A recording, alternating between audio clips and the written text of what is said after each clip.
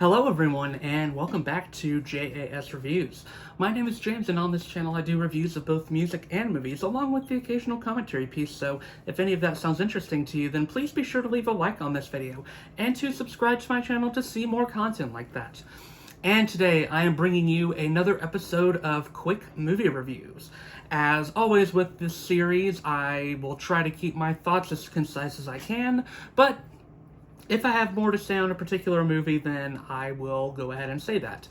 And yeah, I have 6 different movies on the docket this time, once again from sort of different varying levels of recency, but all coming from the year 2024. So let's go ahead and get started with the first movie I will be discussing. And first on the list is Hitman, which was distributed by Netflix and starred Glenn Powell and Adria Arjona, and it was essentially a movie about a hitman a cop who acts like a hitman and essentially exposes other people who are wanting to kill people for various reasons, and he gets them arrested and put in jail via impersonating himself as a hitman and basically getting them to confess their crimes. But he eventually gets in contact with a woman who he starts to fall for, and he even pities a little bit in terms of her motivation for wanting to get this hit done, as she has a very understandable reason for why she might want to get this hit done. So Gary Johnson, who is impersonating the hitman, he actually eventually sort of becomes the personality in a way, but he is also trying to keep her out of sight of the cops who are wanting to track her. But then eventually a lot of different things go awry as he continues to keep on having to basically play this double agent role, and a lot of chaos ensues as a result. And yeah, overall, I would say that this is a pretty strong film. I really did enjoy this. I'm not going to say it's the most special film in the world, and I'm not sure if I love it as much as some critics do, but I did really like what it was going for. I think the story template is definitely something familiar, of someone who's playing or leading a double life and sort of having to cover himself on both fronts. I also do think that Glenn Powell is just a very charming leading man. I know a lot of people have been riding on the Glenn Powell hype train now, starting with this movie. People were already starting to feel that with Top Gun, and then he got an even more success with the sort of sleeper hit that was Anyone But You. And it seems like this movie is really the one that has confirmed that his career is on a pretty good trajectory right now, and I think deservedly so. He's really got this charisma. I think he's got this sort of classic movie star vibe that we don't see from a lot of actors these days. He's got the comedic chops to deliver a lot of laughs in this movie. He's got this criminal charm that is just irresistible and makes it hard to, in my opinion, dislike him here. And I really love how he proves he can play all these different types of hitmen, and does so in often very fun ways. I also found Adria Arjona to be very good in this as Maddie. She has this very classic femme fatale thing going on with her, but in a sort of a unique way, because she doesn't start off as that necessarily, at least in how she presents herself. She presents herself as someone who you feel a lot more sorry for in terms of what she's trying to do, but as the movie goes on, you realize that there's a lot more to her than meets the eye. I think Austin Emilio was really great as Jasper, the person who was originally playing the quote-unquote hitman, aka the undercover cop, and who Gary eventually replaces. And it's interesting to see Gary and him sort of having this cat and mouse game where Gary at least is constantly trying to evade him, but Jasper seems to catch on pretty quickly and seems to be pretty smart. I think this movie has a pretty nice pace to it. I think it builds up everything pretty well, and you can see where the movie is eventually going to go, and when it does get to that point, it works quite well because of how it's built up. Now, as far as critiques for this movie go, I would say probably the biggest one is that I wasn't the hugest fan of the way they ended the movie. If they had ended it maybe about 10 minutes earlier or so, I think the movie would have fared a little bit better, because the 10-minute earlier ending felt a lot more realistic, and I liked the darker tone it was going for, but then they decided to go considerably more idealistic with the actual ending they go with, and it just didn't feel like something that would necessarily happen in the context of this movie, at least. I also think that, yeah, the movie is, like I said, a little bit predictable. You can tell where it's going to go and the beats it's going to make. This is not a movie that you haven't seen before, but if you like a movie of this type, then you're probably going to enjoy this. I think it does have a nice style to it. Richard Linklater, as always, is very confident in the director's chair, and you've got the confidence of two pretty good lead performances that I really liked. I just wish I found this movie to be a little more impressive, because once you add up all the sum of its parts, it's just sort of a solid movie, nothing more, nothing less, but sometimes that's just what you need, a solid movie with a fun time, and that is what this movie provides. Solid 3.5 out of 5 stars for me. Next up, and I know I'm a little late to this, but I still want to talk about it, is the movie Abigail, which is done by the directors who also made Ready or Not, as well as Scream 5 and Scream 6, all of which are pretty solid horror movies to varying degrees, with Ready or Not in particular just being a really excellent one. And I was pretty excited to see what they would be doing with this movie, especially since the trailer seemed to promise it would be very much so in the veins of a Ready or Not scenario, taking place in one location with a dangerous killer being after an ensemble cast of interesting people. And I always like the concept of a reverse home invasion where these robbers are going in and they at first seem to be the ones that have the power, especially since they have kidnapped this little child. But it reveals that the cards are decidedly not in their hand and instead are very much so on the girl's side, as she is a vampire. And I think all these elements add up to probably one of the most fun movies I've seen this year. Definitely one of the most fun horror movies I've seen this year. I found it to be very likable from front to back, and a lot of that has to do with the great cast. I think we need to start off by talking about Melissa Barrera as Joey. As much as my feelings with her were conflicted on Scream 5 in terms of what she was delivering there, I liked her even better in Scream 6, and I think she probably delivers her best performance yet here. She really is the sympathetic center of this movie, and I really love what she brings to the table here. I like that we slowly but surely uncover the layers of what exactly is going on with her. And it just makes her very easy to root for, and you even understand why she is going into this criminal enterprise for mostly sympathetic reasons. Dan Stevens might have been the easy highlight here as Frank. He was just so good here. I love that Dan Stevens just continues to play wildly different roles and continues to push himself out of his comfort zone. He is just such an excellent actor, and I think severely underrated. He is very funny. The way he delivers his lines is just expertly done, and you don't necessarily see where they're going to take his character, but it is a very fun ride to be on. It's also cool to see sort of another modern Scream queen in this alongside Melissa Barrera and Catherine Newton as Sammy. I really liked what she did in the movie, and even though her role was pretty small compared to some of the other actors here, she still did great, and I think still delivered what was probably one of the best scenes in the movie. It was just so much fun. It was bittersweet to see Angus Cloud in here as Dean, rest in peace, gone way too soon, but he was good in here as well, and I think he played his role very believably well. Honestly, aside from maybe Dan Stevens, I think the biggest highlight here is probably Alicia Wire as Abigail. She is great in this. I knew that she had some star potential and some very obvious star potential in seeing Matilda the musical. She was excellent in the titular role there, and once again she is playing the titular role here, and she is just so confident in how she plays it. It's clear that she's just having such a delight with this character. You can tell that she really enjoyed playing her because she brings so much great energy and menace to her. Now let's talk about the horror of this movie. And if you were looking for a horror movie that took itself seriously, then you would be coming to the wrong place with this one, because this is very much so a horror comedy. I would say this one leans into it maybe even ever so slightly more than Ready or Not did. And I think it works, especially considering the concept of the movie, and they really do play into how over the top it is, and that goes for how the scares are portrayed as well as the kills. Now, I will say that there were maybe a couple too many fake out jump scares that were, I guess, a little irritating, but they were sort of few and far between overall, and it didn't really deter my enjoyment of the movie that much at the end of the day.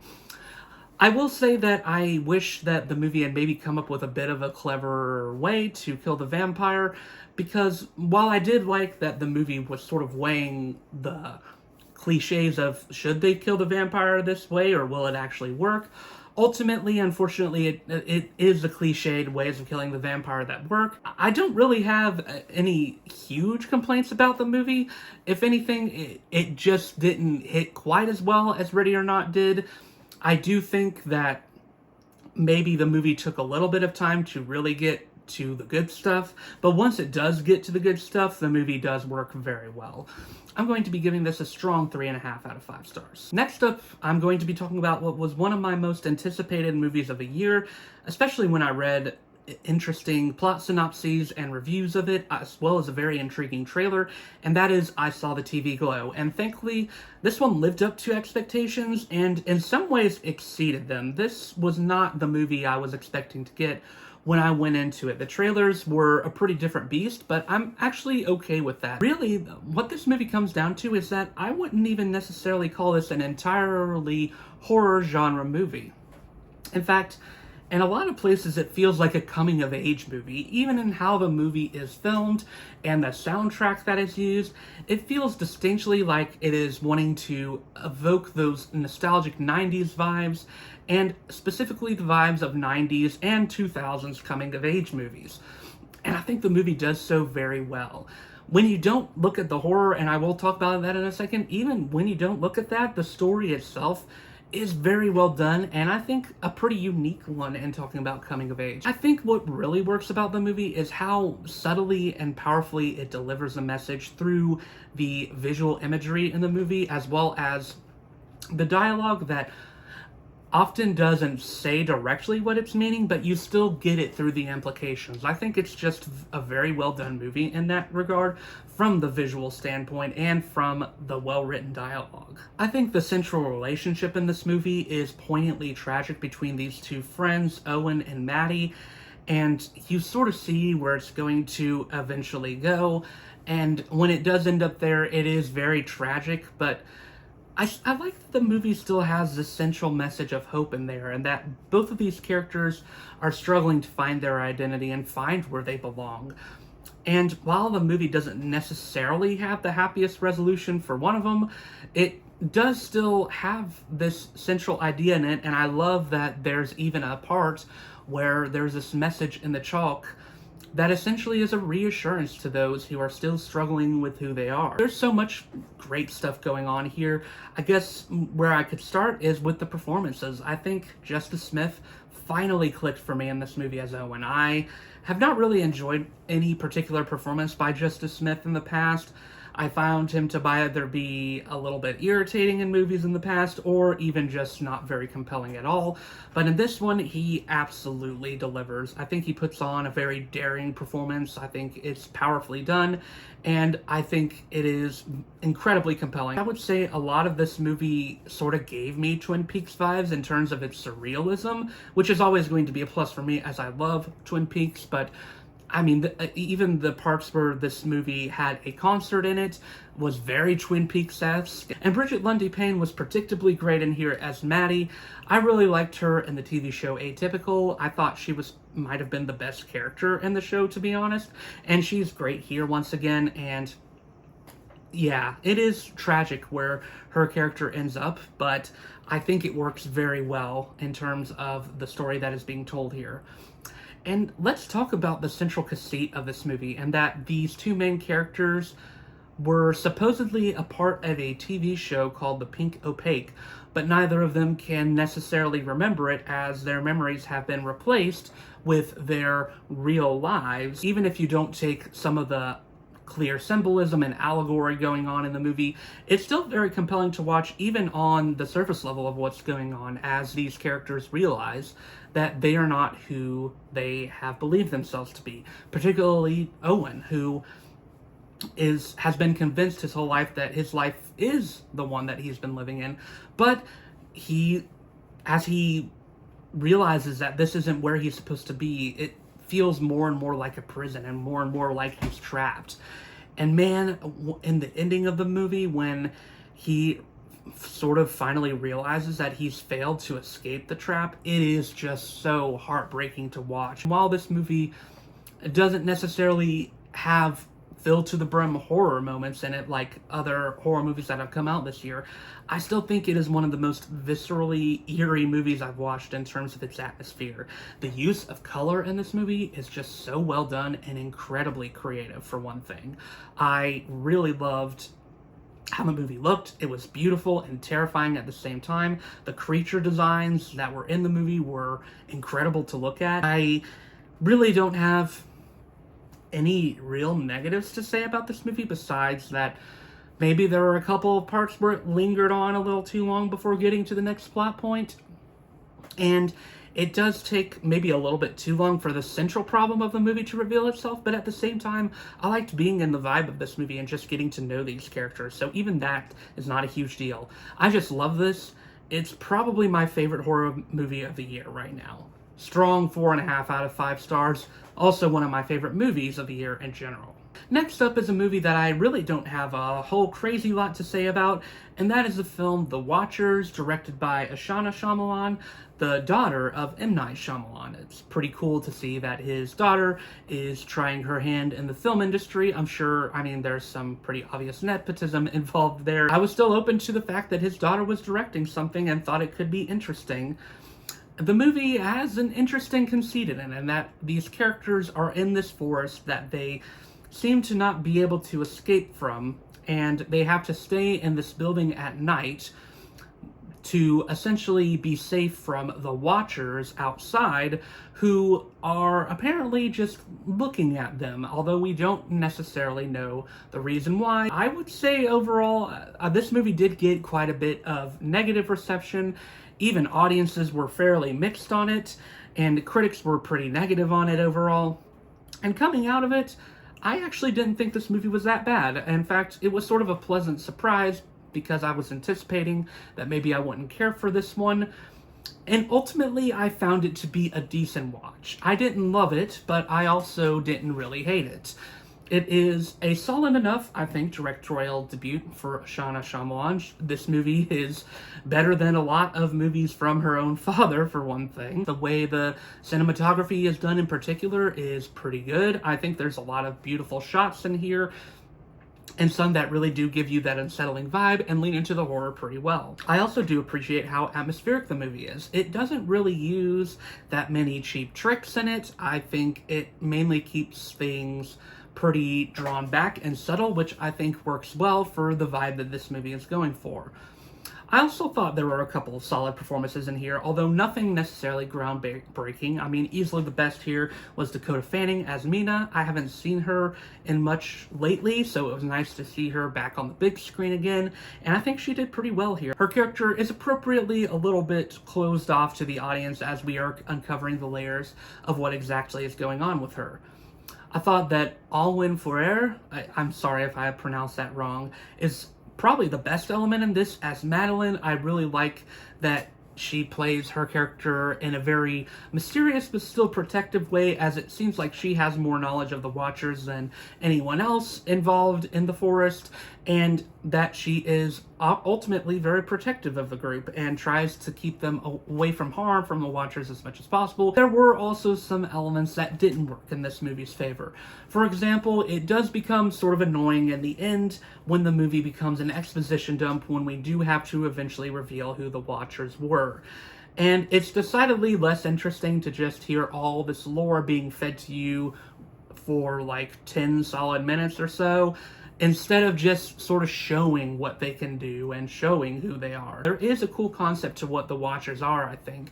I just wish that more interesting stuff had been done with it in terms of how it was developed, rather than just a big long exposition dump where we just hear it and then we move on to the next thing. And yeah, I also think the final confrontation is maybe a little bit underwhelming, especially because the movie just basically force feeds you the theme of the movie in a very obvious way, as we come to find that Mina can relate to the Watchers, and as the movie has gone on, it's been clear that you can see why she would be able to understand them. It has been showing that to the audience very well through visuals throughout the rest of it, but once again, the movie leans into the problem of having to tell you stuff when I don't really think it needed to. I also do think that the Watchers' looks were maybe a little bit cheesy. The special effects weren't terrible, but they were a little obvious CGI. Overall, this movie just didn't really do a whole lot for me. I didn't love it. I didn't hate it. I thought it was fine enough for what it was. I don't think it was as bad as some people are painting it out to be. But it is not really a horror movie I could see myself returning back to. There is a lot better out there. But I'll give it a solid 2.5 out of 5 stars. I think you'll have a decent enough time if you watch it. It is a decent enough horror movie, nothing more, nothing less. Next up is the movie The Bikeriders, which unfortunately only after 10 days is going to streaming. I really don't understand why movie companies keep on doing this. I do think this is a pretty good movie, although I won't say that it's necessarily anything crazy mind-blowing. It's not a game-changing movie in terms of the genre it's going for, but I do think it is a good watch, and I think for the audience it is appealing to, it'll work for them. It still does feel like it's inspired by the likes of Goodfellas and movies like that, of that caliber. Even in the visual language, it does very much so feel like it's trying to evoke that vibe, and I think overall it does so pretty well.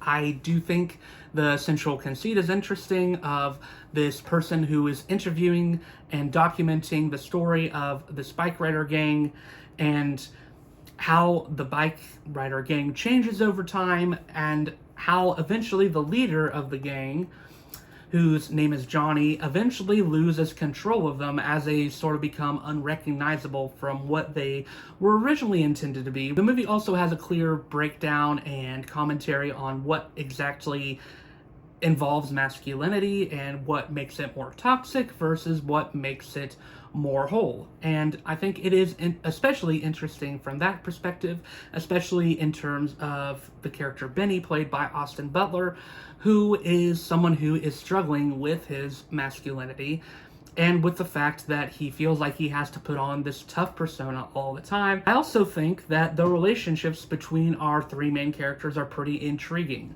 I think Benny having to choose this conflicting idea of his relationship with Kathy, his wife, or with Johnny, who is more like a brother to him, but there could be something more going on there, is interesting to see. And I really like the way they sort of complicate those relationships, and you can see why he would want to choose either side, that either one has things that he finds to be valuable to him. Even more fitting, I think, is that this movie is framed from the perspective of his wife, Kathy, played very well by Jodie Comer. I think she was a very strong element of this movie, and it was interesting to see her perspective on the bike riders change as the movie went on. I just thought she was very believable throughout the whole movie, and I think she did great at just portraying this woman who was seeing her husband sort of falling apart at the seams in terms of his loyalties.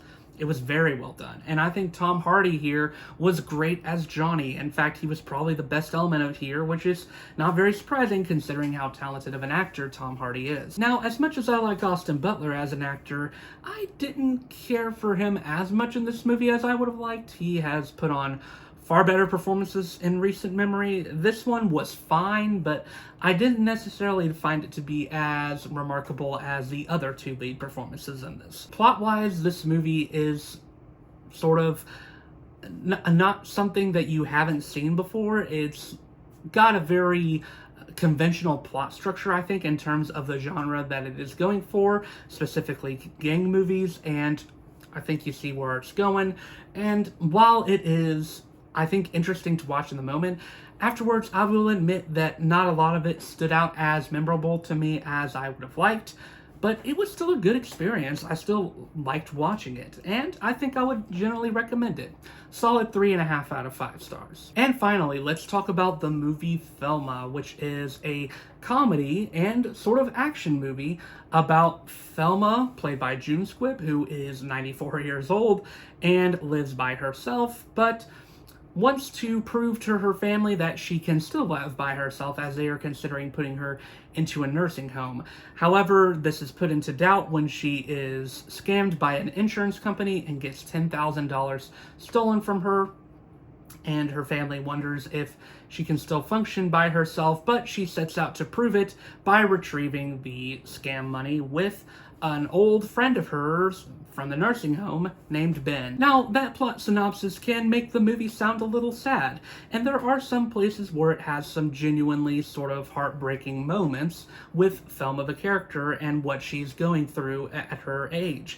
But, I mean, overall, I think this movie is very hopeful and often quite funny. And even in the brutal reality of old age, I think it does a good job at poking fun at a lot of the things to not make it feel as heavy as it could. I do like that the movie also does take these concepts seriously when it needs to, and it does ultimately have a very heartwarming resolution to a lot of them that I really loved, and I think made this movie feel very charming. Specifically, a lot of this is done from the perspective of Thelma and Ben's relationship, where Ben has more accepted his age and more accepted that he can't do certain things that he used to, where Thelma is more so in a lot more denial and has to come to terms with a lot of that stuff. I loved their friendship. The two of them worked off each other so well, and I think a lot of that was due to the great performances from both June Squibb and Richard Roundtree, who unfortunately did pass away shortly after this movie was done filming. He was just excellent in this movie. I loved what he brought to the table. His character was so fun to watch, and he was so very sympathetic and likable. And June Squibb was excellent as Thelma. Just probably one of the best lead performances I've seen this year. She put on an excellent performance and was so funny. Even though this is obviously inspired by the director, Josh Margolin's own grandmother, I think he still does a good job of making her feel like any grandmother you could encounter, because Thelma reminds me of my own grandmothers, and there's so many mannerisms that she has that I saw in my own grandmother's, and I think other audience members will see those too. I think Fred Heckinger is great as Thelma's grandson, Daniel. He is a really good sympathetic center of the movie, as he is having his own struggles and coming into his own as realizing what he wants to do with his life, or rather struggling with what he wants to do with his life. And then Parker Posey and Clark Gregg are good as his parents, Gail and Alan. I think both of them bring some fun to the movie and work well as the sort of overbearing but still very lovable parents who are constantly worried about their son. I liked how, in particular, it took elements of action hero tropes. I mean, the movie even puts Tom Cruise's Mission Impossible in the movie, because apparently the movie was inspired by that in some ways.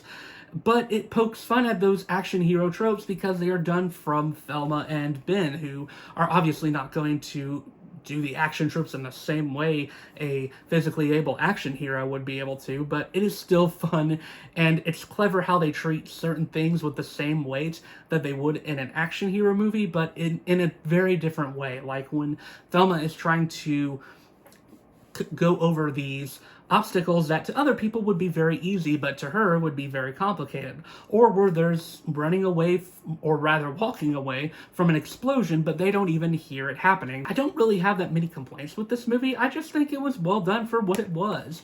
It's not trying to be anything more or anything less. I do think that maybe there were some parts of the movie where it got a little bit too dark for its own good, and maybe could have had a little bit more levity there.